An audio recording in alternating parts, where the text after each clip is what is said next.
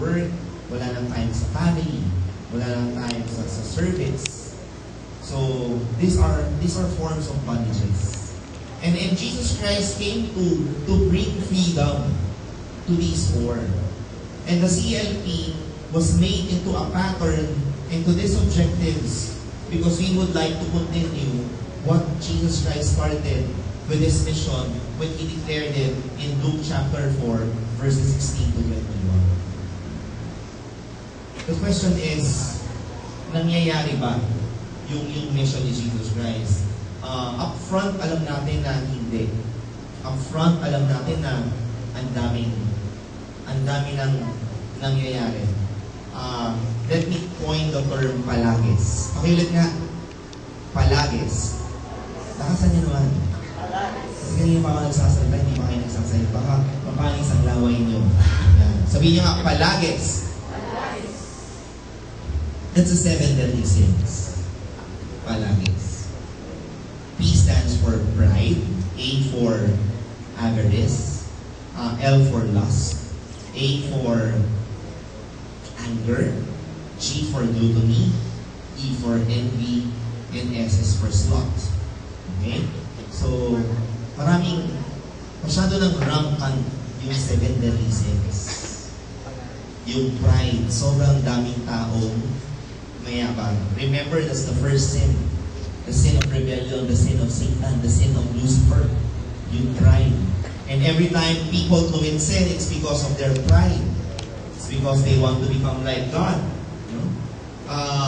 When we speak about anger, maraming tao ang mainitin ng ulo. Sobrang mainitin. At mabilis magalit. And sometimes it's irrational. Yung L, yung lust, you just go to EDSA and you will find big bulletin boards. No? Even noontime show na kailangan ng pagsabihan ng MTRCB because of what they are featuring. Before, the #1 magazine was Kirigma. Ewan ko lang kung alam niya yung Kirigma. Ngayon, it's #2. #1 magazine right now in the Philippines is FHM. And they have been consistently the #1 magazine in the Philippines. That's the record. No? Nakita nyo na yung mga commercial, nakikita nyo yung mga movies. Ano yung mga usong movies ngayon? Friends with benefits. No? Friend tayo, we have the other benefits. No? No commitments, no strings attached. Mga Pilipino masyadong mahilig sa Hollywood. We glorify Hollywood. Pag anong sinasabi ng Hollywood, lagi natin ginagaya. Makahit mainan. And there's so many things, there's so many immorality being shown in movies, in TV shows, in newspaper, lalo na sa internet. 85% of the content of internet ay either about sex or violence. 85%. Ayan, sobrang dami. And of course, sobrang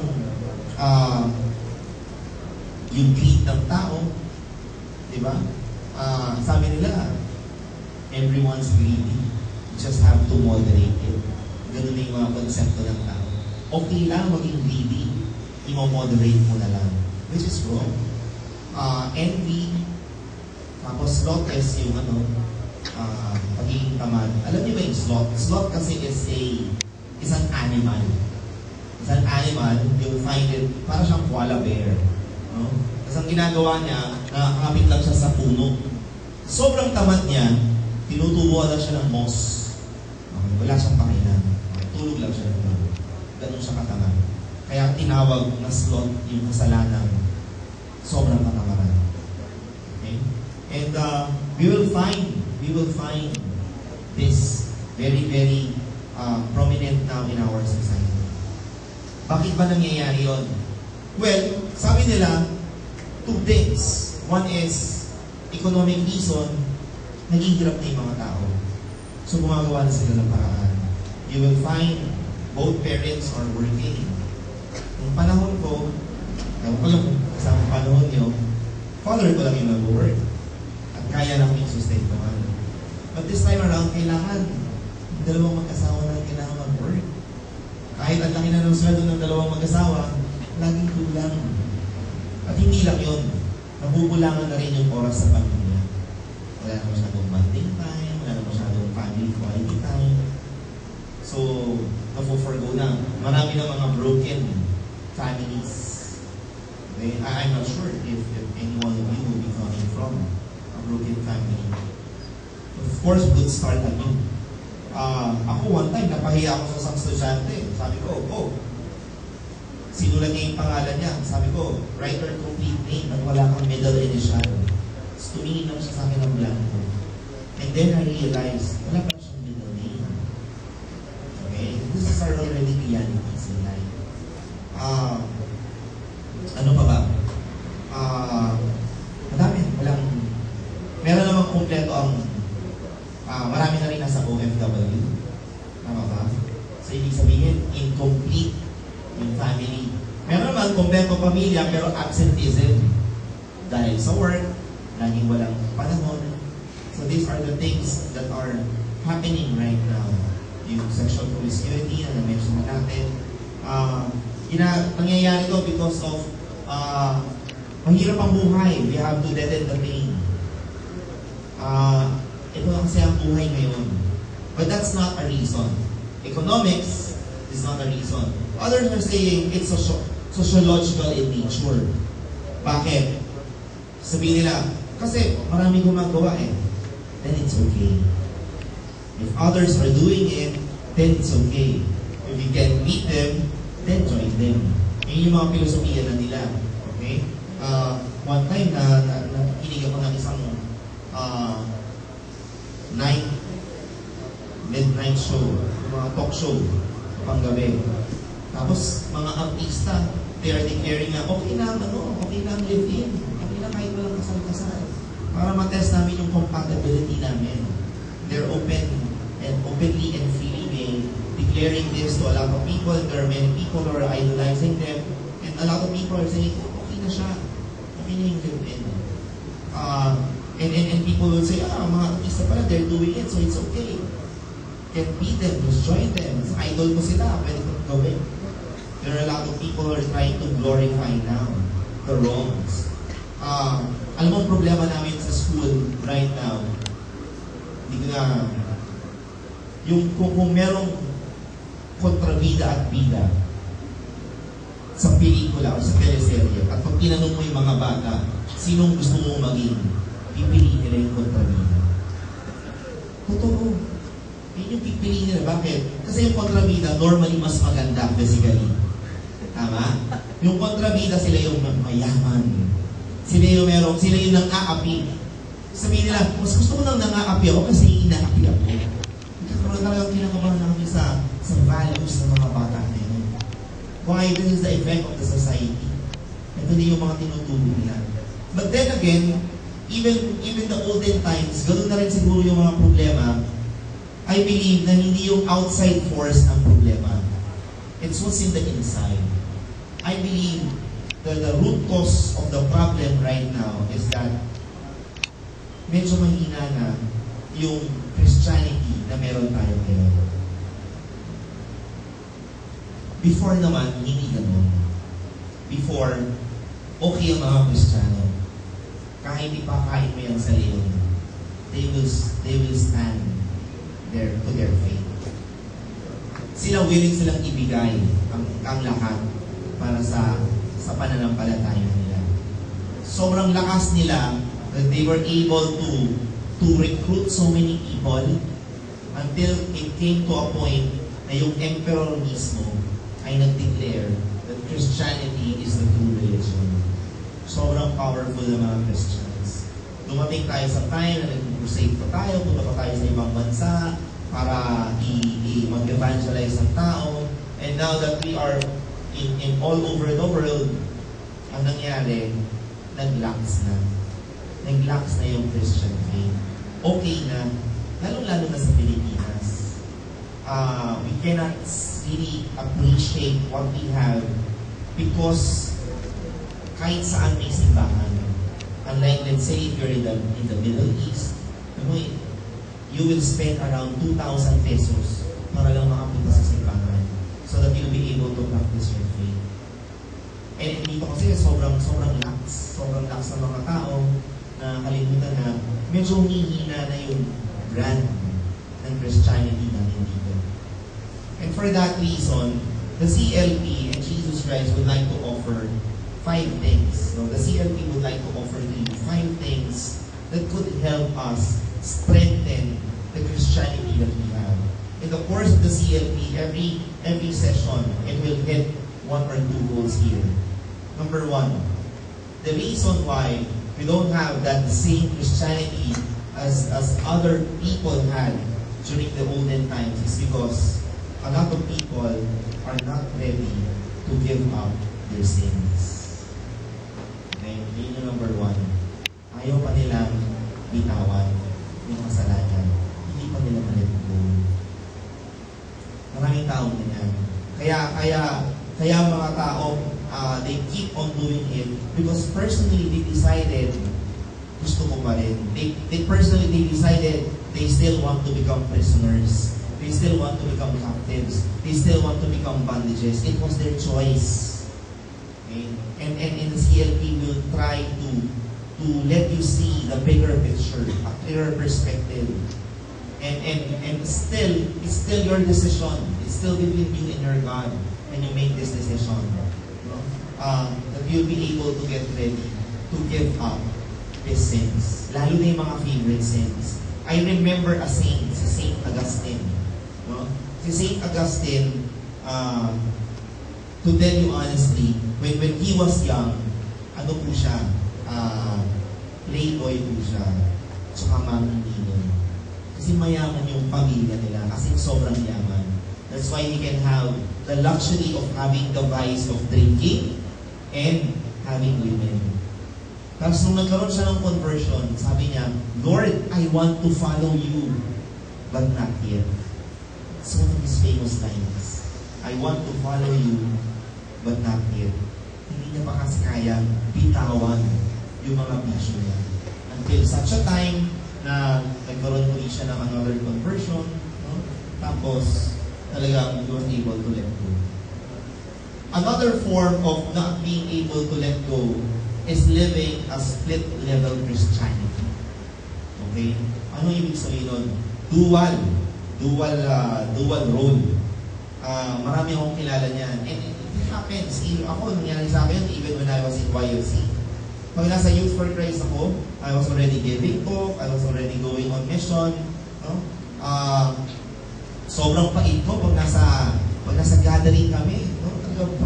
Brotherly ako. Pero pagdating ko sa college, sa school namin, doon iba yung ugali ko. Ganito pa rin ako, lalo ko rin ako ng babae, kasi hindi ko naman sila mga YMC. Basta ganun yung mindset ko. Iba ang brother job sa Youth for Christ, kasi iba yung job ng college. Ito split level. Yung iba siguro nangyayari na mabait sa bahay, pagdating sa work, sobrang sungi. O kaya baliktad, sobrang pahit sa work, pagdating sa bahay, sobrang nagtatangay, o nag-aasta. So, mga split level. Or, traditionally, tinatawag natin mga Sunday Catholics or Sunday Christians. Pag Sunday, mabait. Di ba? Nag-misa, mabait ng Mass, kikinig, kasi pag sinabi ni Father, mabait ka for one day. So Sunday, the whole Sunday, mabait ka, hindi ka na bumura. Tapos pagdating ng Monday to Saturday, balik ka sa dati mong ugali. Tapos pag Sunday ulit, mabait ka na naman. And these are what we call as split-level Christians.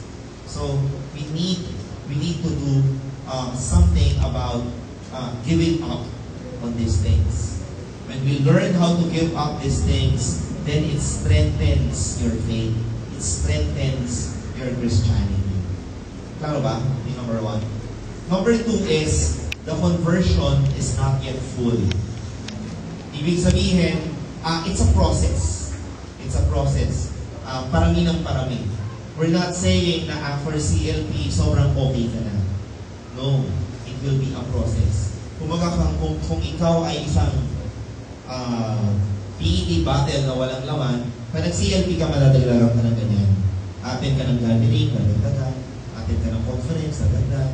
Pag nag-serve ka, dadagdag. Pag nag-mission ka, dadagdag. Pag nag-cornerstone ka, work with the poor, dadagdag. Pero syempre, along the way, medyo nababawasan ng konti kasi hindi ko mabuhay. Diba? Nababawasan ng konti, pero nadadagdagan. Okay, hanggang talagang umuwi na siya, dumating na sa level na talagang okay ka na. And you will go from one glory to another. Okay? So that's the reason why a lot of people are not yet strong with their faith. The conversion is not yet full. Okay. Number 3 is, they do not have a personal relationship with Jesus Christ. Okay. Kaya maraming tao ang ganyan is because, yes, maraming tao na kilala kay Jesus Christ, but the question is it personal? Personal mo bang kilala si Jesus Christ? Or nakilala mo lang si Jesus Christ kasi nababasa mo siya sa Bible, kasi tinuro siya ng katekista, o galing ka sa Catholic school, kaya kilala mo siya. Parang mga artista, di ba? Marami tayong artistang kilala. Tama ba? Kilala niyo naman yung mga artista. Pero, tanong is, close ba kayo? As in, pag tinext mo siya, magre-reply siya. Pag birthday niya, a-attend ka. Yung tipong ganon. Kung ganon ang relationship mo sa isang artista, talagang pag birthday niya, umakatin ka, kasama mo siya sa mga family gathering nila, okay, magka-FB kayo, mag-tweet kayong dalawa, then you will have, I would say that the two of you have a personal relationship. The question is, you know God? Most probably the answer is yes. You know Jesus Christ? Most probably your answer is yes. But the question is, do you have a personal relationship with Jesus Christ? Pag tinext mo ba si Jesus Christ, magre-reply ba siya? Pag may problema ka sa kanya, magpukwento siya sa'yo. Naririnig mo ba talaga ang boses ni Jesus Christ o nagdadasal ka? Do you have that intimate relationship with Jesus Christ? You see, that's one of the main sources of problem right now. Why Christianity or faith is weak is because we don't have connection to the source of power. Parang kang isipin mo lang yung mga tubo ng mga Manila Waters. Manila Waters ba ito? Maynila. Anong area niyo ba? Manila Waters. Okay. Manila Waters. Parang Manila Waters lang yan. Yung tubo nyo, yung main source si Jesus Christ, siya yung nagbibigay ng tubig, kaso nga lang, yung tubo nyo barado. Okay, yung tubo nyo may putol. O yung tubo nyo may tagas. That's why you don't have the right connection to the source of power. That's why it's very, very important to have a personal relationship with Jesus Christ. That's one thing I love with this community, with the Singles for Christ. Because these are people who are for Christ. We are connected to the source of power. We're not saying we're perfect, but what we're saying is we have the power because we have a personal relationship with Jesus Christ. And in the CLP, turuan kayo to have what it takes to have a personal relationship with God. Hindi lang yung God na nasa pedestal, hindi lang yung God na sobrang layo, but a God who is close, a God who can be your friend, a God who can be your BFF, a God who can be with you through and through, a God who is intimate, a God who is personal. Okay? That's the reason why if we have that relationship, then we will strengthen our Christianity. We'll be able to forgo a lot of things, a lot of worldly things. Yung mga sinasabi kong palagis, if you have Christ with you, you'll be able to let go of these so many things. Number 4 reason why a lot of people are falling into sin is because they don't have a Christian support group. Wala silang grupo. Okay? Sabi nila, a lone ranger is a dead ranger. Okay? You cannot live alone. right now. Hindi pa pwedeng, brother, a-attend na lang ako ng Lent recollection. Malapit na ngayon. So, a-attend ako. Pag ma-attend ako ng Lent recollection, talagang naiiyak ako. Talagang ang daming nababago sa akin nun. Yes, and that's good. Praise God for that. Kaso nga lang, kung ginawa mo siya mag-isa, after a few weeks, mag-fade na yung effect niya. You need a Christian group. You need a support group. Because a support group will help you remind of your weaknesses. Human as we are, it is our nature to forget.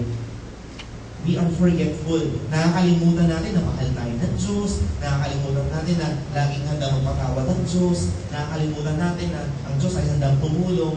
And it's good that there is someone, a brother or sister, a pastoral head perhaps, a friend, who will always remind you na what you are going through, God will be there with you. Kasi nakakalimutan natin. It's good that we have a community to cling on.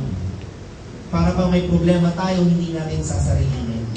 Para pag may problema tayo, hindi lang tayo nagdadasal sa problema natin, but there are other people praying for us.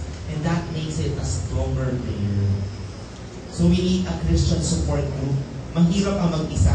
To tell you honestly, sobrang mahirap ang mag-isa. But we need a group. We need a support group who will help us, who will always remind us when we forget. People who will pick you up when you have problems. And of course, there will come a time na ikaw din ang tutulong sa ibang tao. Magtutulungan, maghihilahan, growing closer to God.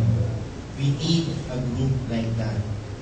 May mga tao na they are willing to give up their sins. They are willing to have conversion one after another. They have personal relationship with Jesus Christ. Kaso nga lang mag-isa sila. And they couldn't do it. They cannot sustain it for so long. And that's why we need a community. Ako nung YMC ako, I really found sobrang laking tulong sa akin ng community because it helped me change my bad habits. It helped me change my vices. Pero nung nag-singles for Christ ako, nung dumating ako sa age ng SFC, nung nag-work na ako, at hindi na ako kaya i-sustain ng community ng YMC, kasi iba na yung needs ko. Nagtatrabaho na ako, nandiligaw na ako, kailangan ko na mag-save up, iba na yung lifestyle ko. I need a community who would help me through. And there I found Singles for Christ. They helped me here. We were able to help one another. Then I got married. And tell you honestly, marriage is a different world again. Kahit pareho kami nanggaling ng Singles for Christ, medyo nag-aaway pa rin kami, meron pa rin kami mga misunderstandings. But this is part and parcel of our married life. Nalaman namin sa ibang mga married couple na normal pala yung pinagdadaanan namin. Yung mga pinag-aawayan namin, very trivial, pero sobrang blow siya for out of proportion. But because we have our pastoral head, talagang nire-remind kami na we try to have our dates, kailangan lumabas pa rin kami. We do things like this and like that. They're giving us tips kung paano nila hinandle. Nagkaroon pa yung problema sa mga anak namin. Ikukwento rin nila kung paano nila hinandle yun. And really helping us, the community. There is a great need for a Christian support group. And the CLP will eventually help you that. The CLP will be your support group. You will have someone who will be looking at your back, who will be with you, beside you, when we walk our faith. Lastly, yung panglima na dahilan how we'll be able to strengthen our faith is that we need the power of the Holy Spirit. A lot of people are not strong with their faith because they do not capitalize the Holy Spirit. A lot of people know God the Father as the Maker. All of us know Jesus Christ as the Son. But very few of people know about the Holy Spirit. And si Jesus Christ mismo nagsasabi na sobrang importante ang Holy Spirit. Dumating sa point na sinasabi ni Jesus Christ sa mga apostles niya, alam niyo ba na gusto mo nang umalis? Namatay na siya, nag-resurrect na siya. Tapos bago siya mag-ascend to heaven, sinabi niya sa apostles niya, bago siya umalis, kating-kati na ako na umalis. Gusto ko lang kayong iwan. Yung mga apostles sabi nila, Lord, huwag mo iwan. Sabi niya, maniwala kayo. Pag ako umalis, may papalit sa akin, Holy Spirit. And He will empower you. Use that. And your lives will be changed. And you'll be able to change lives of other people. And true enough, yung birthday ng Catholic Church during the Pentecost, pinadala ni God, yung Holy Spirit sa mga apostles, sa mga early disciples, and they were able to create a strong faith here on earth. Sabi ni Jesus Christ, how I wish nandito na yung Holy Spirit so that the whole earth will be burning. Ganun niya ini-imagine. Ganun ka-powerful ang Holy Spirit. And true enough, in my life, I was able to receive so many graces from the Holy Spirit. The Holy Spirit truly empowered me together with my personal relationship with Jesus Christ. Now, these five things are the reason why there's a lack of faith. And these five same reasons, pag pinaliktad natin, will be the same reason on how we will be able to strengthen our spiritual life. And we are inviting you in the CLP because these five things are being offered to you. And these five things, we believe, will help you to grow in your spiritual journey. Okay? Basically, we almost come to an end to my sharing.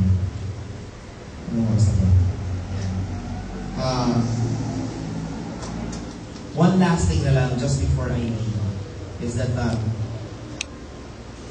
St. Paul said, our citizenship is in heaven. Tandaan niya na, our citizenship is in heaven. Bago ka naging Pilipino, ang residency mo ay nasa langit. Your soul is meant to be with God. Okay? Ganun lang naman yun eh. I might sound morbid, pero mamamatay tayong lahat. No? At dalawa lang ang pupuntahan natin. Impyerno sa langit. Yun lang. Pag sinabi ng Catholic Church, may purgatorio, langit din yun. Okay?